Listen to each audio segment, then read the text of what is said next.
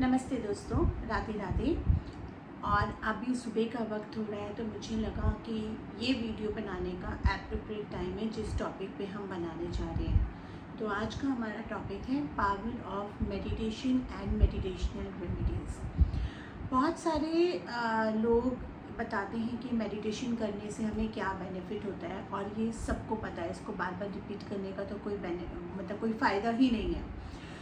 अगर आप सुबह उठकर नहा धोकर अपना पूजा पूरा करने के बाद या पूजा के टाइम पर ही 10 मिनट मेडिटेशन करने की भी अगर आप आदत डाल लेते हैं तो आप अपने मन को शांत रख सकते हैं। और कहते हैं ना कि शांत दिमाग हमेशा अच्छा रहता है और अच्छे सॉल्यूशंस भी मिलते हैं, और शांत दिमाग से आप ज़िंदगी की आ रही समस्याओं को डील भी कर सकते हैं। जैसे एग्जाम्पल, एक इंसान जो मेडिटेशन नहीं करता है या अपने लिए कुछ वक्त नहीं निकालता है, एक्सरसाइज भी नहीं करता है, डिसिप्लिन में नहीं रहता और सिर्फ भागा दौड़ी में लगा रहता है, आप देखेंगे कि जब भी कोई हल्की सी भी समस्या आएगी उसमें हाइपरनेस और एंजाइटी बहुत ज़्यादा होगी, एकदम हाइपर हो जाएगा। छोटी सी छोटी चीज़ पे भी, अगर कहीं गाड़ी जा रही है, गाड़ी कहीं लग गई, घर में कोई समस्या आ गई तो वो एकदम हाइपर हो जाएगा। लेकिन अगर आप ध्यान लगाने की आदत डालते हैं तो ध्यान से एकाग्रता बढ़ती है, फोकस बढ़ता है, कंसंट्रेशन बढ़ता है, और उससे आपका एक बॉडी सोल एंड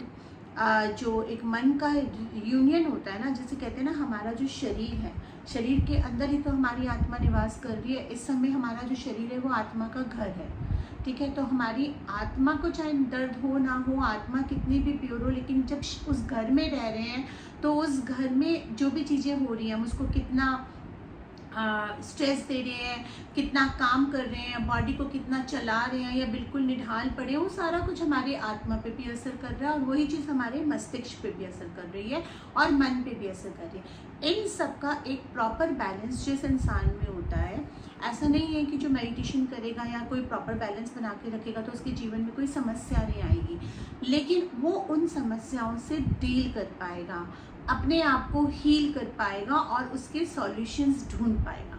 इसलिए मेडिटेशन में बहुत पावर होती है। लेकिन आज के वीडियो में मैं आपको मेडिटेशन के साथ साथ कुछ मेडिटेशन के दौरान करे जाने वाली कुछ ऐसी चीज़ें बताऊंगी जिससे आपकी बहुत सारी विशेष भी पूरी होंगी और आप आ रही समस्याओं का अंत भी कर पाएंगे।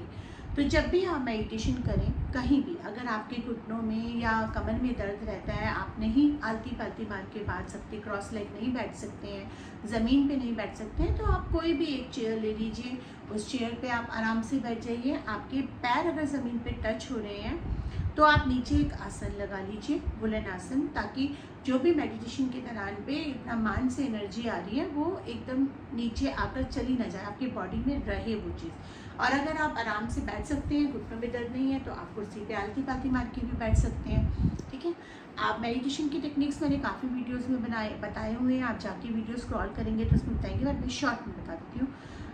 बहुत ज़्यादा डीप मेडिटेशन टेक्निक्स में नहीं बता रही हूँ। जो लोग नया शुरू कर रहे हैं वो सिर्फ छोटी सी चीज़ से शुरू कर सकते हैं। पहले ओम चैंटिंग से शुरू करेंगे, हाथों को, हथेलियों को आसमान की तरफ रखेंगे, लैप्स पे रख लीजिए, आंख बंद कर लीजिए, स्पाइन स्ट्रेट रखिए, कंफर्टेबली बैठ जाइए। ओम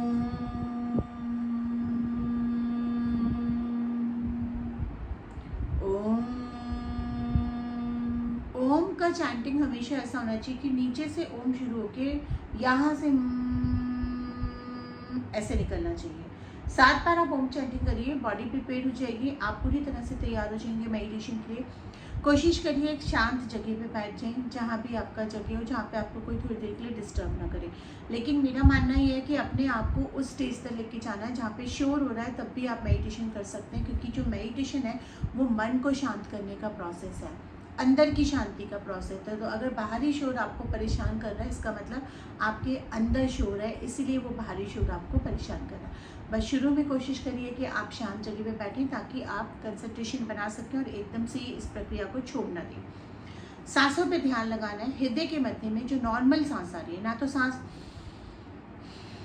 ऐसा नहीं करना है, सिर्फ नॉर्मली बैठना है, ऑब्जर्व करना है सांस कैसे आ रही है, कौन से नॉस्ट्रिल से आ रही है, कौन से नॉस्ट्रिल से जा रही है, किससे आप सांस ले रहे हैं, किससे छोड़ रहे हैं, यहाँ पे जो नेचुरल एयर है उसको फील करना है। 5 से 10 मिनट आप ये करेंगे। उसके बाद 5, 10, 15 मिनट जो भी आपको लगता है करें। उसके बाद जब आप मेडिटेशन को ओपन करेंगे, झटके से आँख नहीं खोलेंगे, हैंड्स को रब करेंगे, जोर से हीट प्रोड्यूस करेंगे और अपने आइज़ पे लेकर आएंगे। अब यहाँ पे जिन्होंने रेकी सीखा हुआ है वो इस प्रोसेस के बाद अपना पूरा हीलिंग कर सकते हैं, फिर बाद में कर सकते हैं। जो पूजा कर रहे हैं, पूजा करने के बाद ये प्रोसेस करते हैं, पूजा घर में बैठकर ही या कहीं भी बैठ के। हमेशा ध्यान रखिए कि जब मेडिटेशन आप कर रहे हैं तो आपका जो फेस है वो या तो ईस्ट की तरफ हो या नॉर्थ की तरफ हो।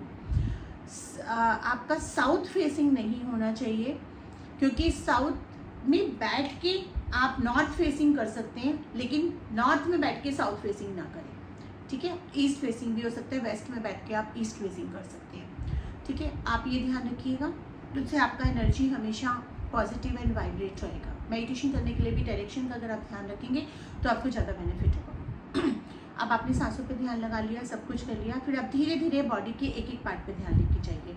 नीचे आप शुरू करिए पैरों की उंगलियों से, फिर लेफ्ट लेग से, काल्फ से, थाइज से, नीज से, फिर राइट लेग को पूरा लाइए, फिर हाथों पे ध्यान लगाइए, फिर स्टमक पे, ठीक है, चेस्ट पे, गर्दन पे, बैक पे, अपने आँखों पे, लिप्स पे। इस तरह से आप पूरे बॉडी को शांत करेंगे तो आप एकदम से मेडिटेटिव स्टेट में आ जाएंगे। और इसी तरह से जब आप मेडिटेशन को ओपन कर रहे हैं, फिर से आप अपने बॉडी पे ध्यान लेके आइए और आप थोड़ा थोड़ा बॉडी के हर पार्ट को हिलाइए, फिर हैंड्स को रब करिए और ओपन करिए। ये प्रोसेस बहुत ही सिंपल होता है, इसमें आनापानासती और बॉडी पे ध्यान देना, बॉडी के अंगों को रिलैक्स करने का, दोनों मेडिटेशन आपके आ जाते हैं। आप स्टार्टिंग में कर सकते हैं 15 से 20 मिनट। अब जब आप मेडिटेशन ओपन कर लेंगे, आइज़ खोलेंगे, मेडिटेशन से पहले 1 गिलास पानी यहाँ पे रखिए, ठीक है। उस पानी को लीजिए, उसको लेफ्ट हैंड पे रखिए और राइट हैंड से उस बॉटल को या उस गिलास को कवर करिए और उसमें आप पूरा वाइट लाइट फ्लो करिए, क्योंकि आप अभी अभी मेडिटेशन करके चुके हैं, आपको पूरी पॉजिटिव एनर्जी है। यहीं पे आप आपके मन में जो भी विश है, नेगेटिव नहीं बोलना, पॉजिटिव बोलना है, प्रेजेंट सेंस में। जैसे मान लीजिए आपको धन की ज़रूरत है, आप चाहते हैं आपका बिजनेस अच्छा चले, तो ना I am happy, my business is flourishing, I am enjoying the wealth, I am enjoying the appreciation of the clients, I am enjoying the new clients. इस तरह से आप बोलेंगे। ये नहीं बोलेंगे अगर आपके हाथ में दर्द है, कहीं दर्द है, तब बोलेंगे my all the body parts are healthy, I am enjoying the good health. ये नहीं बोलेंगे माई पेन गोज अवे, क्योंकि वाटर जो होता है ना डायरेक्ट एनर्जी का रूप होता है, अर्थ एलिमेंट से होता है, वाटर एलिमेंट होता है, इमोशन से जुड़ा होता है, इसमें काफ़ी सारे एनर्जी के रूप होते हैं। तो ये बिल्कुल डायरेक्टली जो आपके थॉट्स हैं वो आपको कैरी करता है। अगर आप इसमें मंत्र चैंट करके पढ़ेंगे, मंत्रों की पावर आपको मिलती है। आप इसमें एफर्मेशंस चैंट करेंगे, एफर्मेशंस की पावर मिलती है। अगर आप किसी को पानी देते हैं और खिल से मन से देते हैं तो आपके वो नेगेटिव भाव उसके साथ जाते हैं। इसीलिए तो कहते हैं कि हर किसी के घर का पानी, चाय, खाना, पुराने ज़माने में जो बुजुर्ग हमारे कहते थे ना, उसका कुछ महत्व होता था। उसका महत्व ये नहीं होता था कि किसी कोई घर अछूता है या कोई घर का खराब है, ये उसका घर ये होता था कि हर घर की एक वाइब्रेशन होती है, हर इंसान की एक वाइब्रेशन होती है। आप गेस्ट बन के किसी के यहाँ गए हैं, कोई तो बड़ा खुश होगा, बड़ी खुशी से चाय भी बनाएगा, आपको भी मेरे घर खुश है। कोई सोचेगा अरे यार गेस्ट आ गए, या मेरा चाय बनाने का मन नहीं है, मेरा खाना बनाने का मन नहीं है। तो वो सारे भाव आपके ट्रांसफर हो रहे हैं। तो जो इंसान मेडिटेशन करने लगता है ना, जो इंसान स्पिरिचुअलिटी में आने लगता है, वो ये वाइब्रेशंस को अंडरस्टैंड करने लगता है। कभी कभी ऐसा भी होता है कि आपकी किसी के साथ नहीं बनती है, फिर भी उसमें इतना प्यार होता है कि वो खाना पीने के टाइम पे आपको बहुत अच्छे से देता है, इसलिए आपको उसका दिया हुआ खाना पीना बहुत लगता है। कभी कभी ऐसा होता है कि कोई बहुत क्लोज भी है, लेकिन शायद उनके घर में वातावरण ऐसा है, मे बी नॉनवेज बनता है। अब जैसे नॉनवेज वाला जो एरिया है ना, वो बहुत टची हो जाता है, क्योंकि जो लोग खाते हैं वो इस पर ऑब्जेक्शन उठाते हैं। लेकिन जैसे मान लीजिए मैं प्योर वेजिटेरियन हूँ, मैं स्पिरिचुअलिटी को प्रैक्टिस कर रही हूँ, मैं सब नहीं करती, तो मैं थोड़ा ध्यान रखती हूँ। किसी को बुरा लगता है, मैं बहुत पोलाइटली कह देती हूँ कि देखिए मैं प्योर वेजिटेरियन हूँ, तो आपके घर पे नॉनवेज बनता है तो आप प्लीज़ बुरा मत मानिएगा, मैं यहाँ पे चाय या कुछ नहीं पी सकती, बट मैं आराम से बैठूंगी, कुछ भी करूँगी, बात करूँगी, क्योंकि ऐसा कुछ नहीं होता। क्योंकि अब अगर किसी का वाइब्रेशन, एक तो होता है अपने मन का वाइब्रेशन, एक होता है खाने का वाइब्रेशन, एक होता है घर किसी ने कैसा साफ रखा हुआ है, ये किस तरह का वो माहौल रहता है, तो ये आप ध्यान रखिएगा।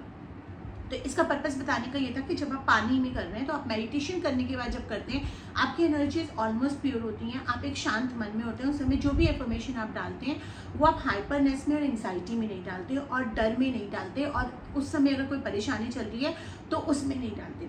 आप उसको 2 मिनट दीजिए, मैनिफेस्ट करिए और फिर उस पानी को पी लीजिए, आराम से सिप सिप करके पीजिए। ये नहीं कि फटाफट पी लिया, आराम से सिप करके पीजिए, जैसे चाय जूस के पीते हैं, और फील करिए कि वो जा रहा है। एक काम और कर सकते हैं कि अगर आपको मनी से रिलेटेड या रिलेशनशिप से रिलेटेड कोई चीज़ मैनिफेस्ट करनी है तो आप उस वाटर के अंदर चुटकी भर एक सिनेमन डाल लीजिए, और जब आप उठें तो वो कर सकते हैं। उसमें कुछ आप मंत्र भी कर सकते हैं। ओम श्रीम ब्रिजिम, ये मनी के लिए बहुत अच्छा मंत्र है। ओम श्रीम ब्रिजिम, ओम श्रीम ब्रिजिम, ओम श्रीम ब्रिजिम, ओम श्रीम ब्रिजिम। और रिलेशनशिप के लिए ओम पार्वती नमः, ओम नमः शिवाय, ओम गणेशाय नमः। इन तीनों मंत्रों का जाप आप मंत्रों में कर सकते हैं। सबसे पहले गणपति जी का ध्यान दीजिए कि जो भी विघ्न आ रहे हैं वो हटाएं। फिर आप हाथ में पानी लेके उसको इस तरह से रखिए और उसमें जाप करिए। ओम नमः शिवाय, ओम नमः शिवाय, ओम नमः शिवाय, ओम पार्वती नमः, ओम पार्वती नमः, ओम पार्वती नमः। और उसके बाद फिर आप अपनी विश डालिए, 2 मिनट दीजिए उसको, और फिर धीरे धीरे सिप करके वाटर पीजिए। ये वाटर प्लस मेडिटेशन जो रेमेडी है ये बहुत ही कारगर है। इसको करके देखेंगे, आपको हफ्ते भर में डिफरेंस नजर आएगा। कुछ लोगों को तो 24 आवर्स से 48 आवर्स में डिसीजन रिपोर्ट हुआ है। ये मैंने काफ़ी क्लाइंट्स को बताए हैं, और मैं आपको वही रेमेडी बताती हूँ जो मैंने खुद आजमाई हुई है, या जो मेरे क्लाइंट्स को मैं बताती हूँ और जो आजमाई हुई है। कोई भी ऐसी चीज़ नहीं है जो अंधविश्वास क्रिएट करे, कोई भी ऐसी चीज़ नहीं है जो मैंने खुद नहीं आजमाई है। इवन अगर वास्तु रेमेडी या एस्ट्रो रेमेडी भी मैं बताती हूँ, मैं वही बताती हूँ जो कि जेन्युइन होती है, जो ब्लाइंड फेथ नहीं क्रिएट करती है, और जो खुद आजमाई हुई होती है। इसे आजमाइए, कमेंट सेक्शन में बताइए कैसा लगा आपको, और फिर बताइए आपको इस तरह की वीडियोस और चाहिए तो मैं लेके आऊँगी। नमस्कार, राधे राधे, आपका दिन शुभ हो।